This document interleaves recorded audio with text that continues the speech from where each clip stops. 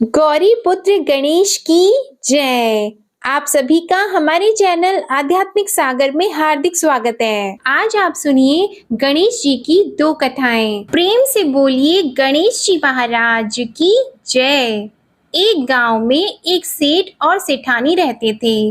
वे बहुत ही धार्मिक प्रवृत्ति के थे और वे गणेश जी के अनन्य भक्त थे। वे दोनों बिना चूके हर बुधवार को गणेश जी का व्रत रखते थे और शाम को ब्राह्मणों को भोजन कराने के बाद अपना व्रत खोलते थे।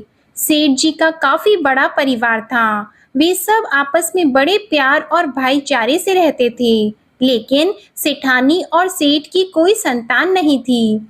इस विषय पर परिवार और गांव के लोग आपस में बहुत बातें किया करते थे। सभी लोग सेठानी को बांझ बुलाते थे। ये सभी बातें सुनकर सेठ और सेठानी बहुत दुखी होते थे। एक बुधवार के दिन सेठ और सेठानी भगवान गणेश जी की पूजा संपन्न करा के मंदिर से बाहर आ रहे थे। तभी उन्हें सीढ़ियों पर एक छोटा सा बच्चा अकेले बैठा हुआ दिखा। बालक को देखते ही दोनों उसके पास गए और पूछा कि तुम्हारे माता पिता कहाँ हैं? लेकिन बच्चे ने अभी तक ठीक से बोलना नहीं सीखा था, इसलिए वह बोल ही नहीं पाया। पर दोनों सेठ और सेठानी बच्चे के पास शाम तक बैठे रहे।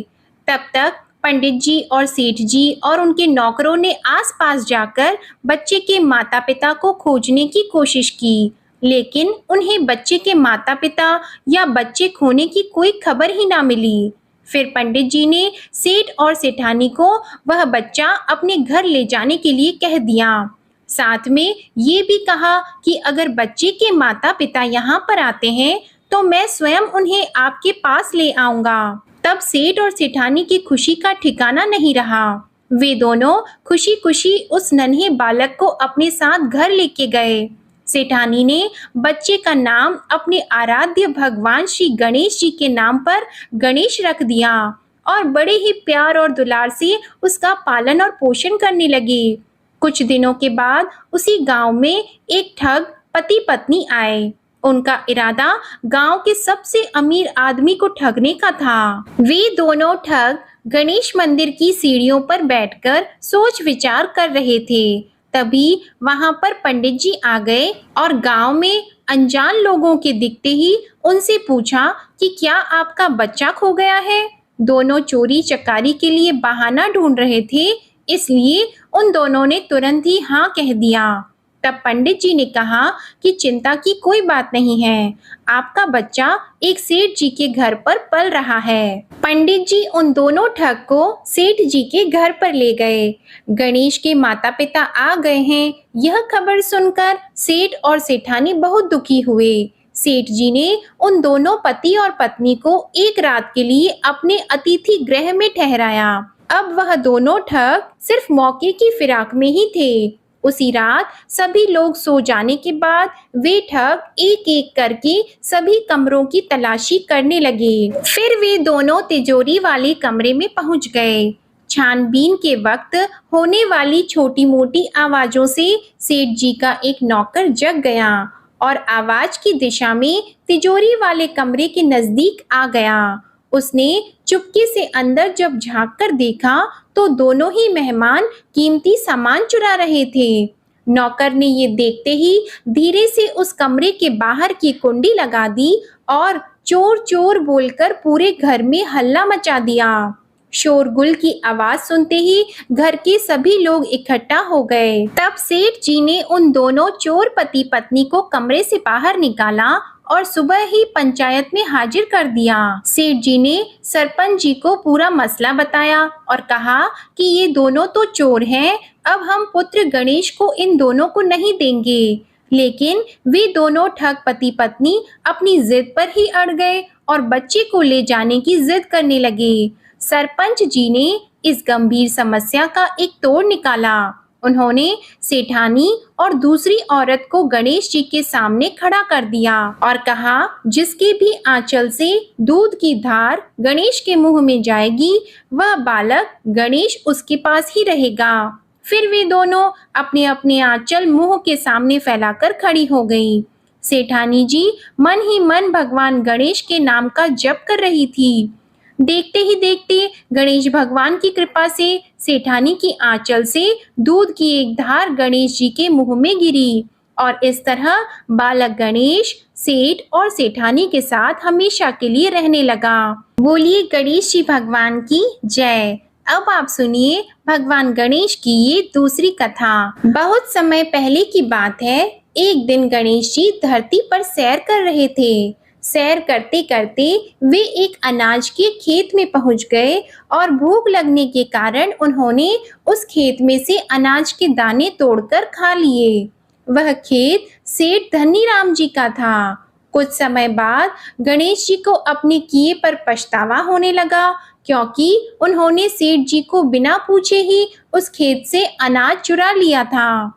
फिर गणेश जी ने सोचा कि अपने किए बुरे कर्म का प्रायश्चित तो करना ही पड़ेगा, इसलिए उन्होंने सेठ जी के यहाँ 12 साल के लिए नौकरी करने की ठान ली। उसके बाद अगले दिन सुबह विनायक जी एक 13-14 साल के एक लड़के के रूप में नौकरी मांगने के लिए धनीराम सेठ जी के घर पहुंच गए और उन्होंने सेठ जी को अपना नाम गणेश बताया। विनायक भगवान की बुद्धिमानी की परीक्षा लेने के बाद सेठ जी ने खुशी खुशी उसे नौकरी दे दी। अब गणेश भगवान एक सामान्य मानव के रूप में सेठ जी के घर पर ही रहने लगे।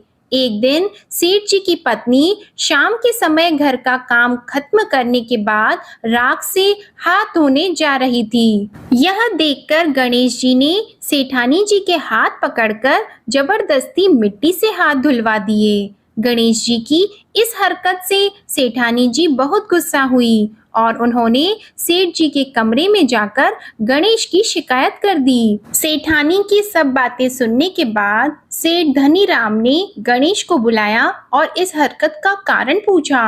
तब गणेश जी बोले कि सेठानी शाम के समय राख से हाथ धो रही थी और ऐसा करने से घर की लक्ष्मी नाराज होती है, इसलिए मैंने उनके हाथ मिट्टी से धुलवा दिए। इससे घर पर माता लक्ष्मी की कृपा बनी रहेगी। यह सब सुनकर सेठ जी ने सोचा कि गणेश जी की सोच तो बहुत अच्छी है। इसके कुछ दिनों के बाद कुंभ मेले का शुभ अवसर आया। तब सेठ जी ने गणेश को बुलाया और कहा कि सेठानी जी को कुंभ मेले में स्नान करा लाओ। तब सेठानी और गणेश स्नान के लिए मेले में पहुंचे। वहां पहुंचने के बाद सेठानी जी नदी के किनारे बैठकर नहाने लगी। उन्हें ऐसा करते देखकर गणेश दौड़कर आए और सेठानी जी के दोनों हाथ पकड़कर उन्हें नदी के अंदर लेकर गए, उनसे पानी में डुबकी लगवाई और फिर किनारे पर ले आए। अब गणेश की इस हरकत से तो सेठानी को बहुत गुस्सा आया। सेठानी जी घर आते आते पूरे रास्ते गणेश को ताने मारने लगी, लेकिन गणेश भगवान सब कुछ शांति से सुन रहे थे। घर आते ही सेठानी ने सेठ जी के पास फिर से खड़े होकर शिकायत की। तब सेठ जी ने फिर से गणेश को बुलाया और पूछा कि तुमने ऐसा क्यों किया। गणेश जी बोले, सेठ जी सेठानी जी नदी के किनारे बैठकर गंदे पानी से नहा रही थी, तो मैंने उन्हें नदी में ले जाकर साफ पानी में डुबकी लगवाई। ऐसा करने से उन्हें अगले जन्म में बहुत बड़ा राजपाट और वैभव मिलेगा। सेठ जी ने सोचा कि गणेश के विचार तो बहुत अच्छे हैं, मेरे परिवार का भला सोचता है। कुछ दिनों के बाद सेठ जी के घर पर पूजा थी। पंडित जी आने के बाद में सेठ जी ने गणेश से कहा, जाओ और सेठानी को बुलाकर लाओ। सेठ जी के आज्ञा के अनुसार गणेश जी सेठानी को बुलाने गए। उस वक्त सेठानी काली चुन्नी ओढ़कर कमरे से बाहर आ रही थी। वह देखते ही गणेश जी वह काली चुन्नी उतारकर फाड़ दिए और कहा कि पूजा के लिए लाल रंग की चुन्नी ओढ़कर आओ। अब सेठानी जी गणेश जी पर बहुत नाराज हुई और उन पर चिल्लाने लगी। इस आवाज को सुनकर सेठ जी वहां पर भागते हुए आए और पूछा कि क्या हुआ। तब सेठानी ने बोला कि गणेश ने मेरी चुन्नी फाड़ दी। फिर सेठ जी ने भी गणेश को बहुत डांटा। जवाब में गणेश जी ने कहा कि सेठ जी पूजा में कभी भी काला वस्त्र नहीं पहनते, इससे शुभ काम सफल नहीं होते, इसलिए मैंने ऐसा किया। सेठ जी ने सोचा कि गणेश तो बहुत समझदार है। इसी तरह लीला रचाते हुए उसी घर में गणेश जी के 12 साल बीत गए। फिर एक दिन सेठ जी ने नया कारोबार शुरू करने से पहले घर में पूजा रखी थी। पूजा करते करते सेठ जी को याद आया कि पूजा की सामग्री में गणेश भगवान की मूर्ति तो है ही नहीं। तब उन्होंने अपने नौकर गणेश को पूजा घर से भगवान विनायक जी की मूर्ति लाने के लिए कहा। तब गणेश बोला कि मुझे ही मूर्ति समझकर आप पूजा में विराजमान कीजिए, आपके सारे शुभ काम सफल हो जाएंगे। इस बात को सुनकर सेठ जी को गुस्सा आया और वे बोले, गणेश, तुम अब तक सेठानी से मजाक करते थे, अब मुझसे भी करने लगे हो। तब उत्तर में गणेश जी ने मुस्कुराते हुए सेठ जी से कहा कि मैं मजाक नहीं कर रहा, मैं सत्य कह रहा हूँ। इतना कहने के बाद नौकर गणेश ने अपना असली भगवान स्वरूप धारण कर लिया। साक्षात भगवान श्री गणेश को सामने देखते ही सेठ और सेठानी उनके चरणों में लीन हो गए और उन्होंने अपनी पूजा संपन्न की। इसके बाद गणेश जी देखते ही देखते अंतर ध्यान हो गए। बाद में सेठ और सेठानी को बहुत पछतावा होने लगा कि स्वयं भगवान हमारे घर नौकरी कर रहे थे और हमने उनके साथ कितना बुरा व्यवहार किया, उनसे बहुत सारा काम कराया। ये सोच सोचकर दोनों दुखी रहने लगे। फिर उसी रात सेठ और सेठानी के सपने में भगवान गणेश प्रकट हुए और उन्हें समझाया कि मैंने 12 साल पहले तुम्हारे खेत से अनाज के दाने बिना पूछे तोड़ लिए थे और उसी कर्म का दोष दूर करने के लिए मैं 12 साल से तुम्हारे घर नौकरी किया। धनीराम सेठ जी के जीवन की काया पलट हो गई। गणेश जी जैसी माया आपने धनीराम सेठ जी पर की, वैसी ही माया इस कहानी को पढ़ने वाले, सुनने वाले और हर एक व्यक्ति पर करना। कथा अधूरी हो तो इसे पूरी करना और हमसे कोई गलती हुई हो तो उसे क्षमा करना। प्रेम से बोलिए भगवान गणेश की जय। आपको आज की कथा पसंद आए तो वीडियो को लाइक करिएगा, शेयर करिएगा, कमेंट में गौरी पुत्र गणेश की जय लिखिएगा और चैनल को भी सब्सक्राइब करिएगा। ओम श्री गणेशाय नमः।